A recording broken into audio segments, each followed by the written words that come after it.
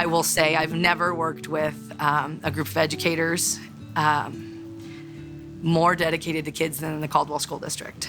It's always felt like a family unit here. It's nice to be able to walk into a job and not have it feel like a job, just to love the people that you work with. It's kind of been that family sort of feel like we've got each other's back, and I never one time felt like I was in this alone. We spend a lot of time making sure that we're connected as a staff. There's a lot of vulnerability. There's a lot of trust building. I think that we are really fortunate here to have administrators that care about us as people. Seeing adults be vulnerable around their students and the willingness to try these things that make them feel a little uncomfortable. And then the result that they get from the students, I think, always shocks them. This has really, really been very meaningful to me, personally, and it's just kind of changed my outlook on life and how I do things. I mean, for myself, and then in the classroom as a teacher, I feel like I am a much, much better teacher because of what we've started doing here.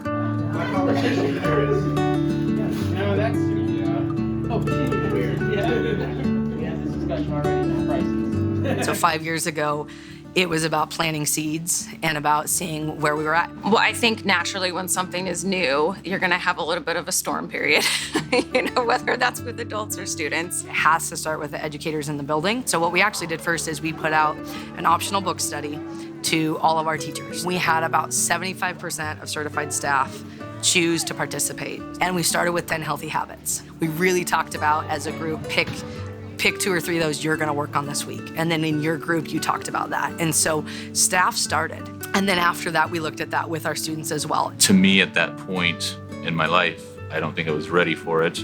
Understanding how that really, what I could do with that. And then we started doing mindfulness, and it just pulled everything together. I feel like it's really, really important that if I expect you guys to reflect on what you're doing, as far as how well you're doing on our standard, and it's important for me to reflect on my teaching and share that with you. I feel like this semester I haven't given you enough opportunity to practice the drawing of your mental map.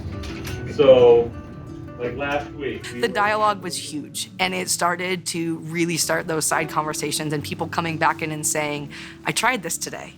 This was different. Here's what I saw. And so you started to have those little mastery moments or those pieces of how this might fit for me as an educator. It's a different one, but it's along the same lines, and the kids walk out of it. I think we really have a system here in place to keep us connected and support each other. But I think that comes down to the trust in our leaders. I don't ever feel like it's forced that we've had to do it, but I just feel like incredibly lucky to have the support that we do from our admin. And I feel like that change doesn't happen because you told all of your teachers to do this. It trickles from the top. And I'll never forget going to the state and having to present in front of the curriculum directors, right? The math director, the ELA director, and say, by the way, yes, we need to grow in these areas, but the way we're gonna do it is we're gonna put this money into trauma-invested classrooms. And I did that, and they were 100% behind us. For any kid in the classroom to be able to identify where they're feeling and not feel hung up on that, okay, I don't have to be embarrassed about saying this, I think is just a huge, huge thing. I refuse now to tell myself that my students can't do something because they can. And giving them those tools, I think it's a life skill. It's gonna help build strong relationships, make more connections. It's going to make them feel empowered in their own feelings. It's going to give them some understanding of, how do I cope with this feeling? How can I get from here to here? I don't feel like it's one thing that makes the difference. It's like all these little pieces that, put the puzzle together. It's more about climate and culture that really allows you to cultivate those skills in students. Our focus on specific trauma-invested classrooms really came out of digging into a very intensive needs assessment. Instead of me thinking, okay, this student has their head down because it's a reflection of me, it's me going, okay, why is this student doing this? And it just allows me to approach them differently. It turns on this oh, I'm taking this personal. It just turns that off, and then I'm there for the student. You know, there are some great programs out there, but it's really about what you do every day. Instead of adopting a program, right, we're going to do social emotional learning. Really, the trauma invested piece is about the whole picture. And every year it's been adding what is the next layer, the next piece to that. I really believe that it kind of comes from the top, and our admin do an amazing job of offering us the opportunities to work on us. It takes a few brave individuals to kind of share their experience, and then I think it starts to kind of just like, oh, if this individual is willing to share this mastery moment with me or whatever their experience was, I might give it a go. I feel like this is the first year I'm really teaching. I feel like it's really impacted me for, the rest of my life. That you can't do this without trust, and you cannot build trust without time.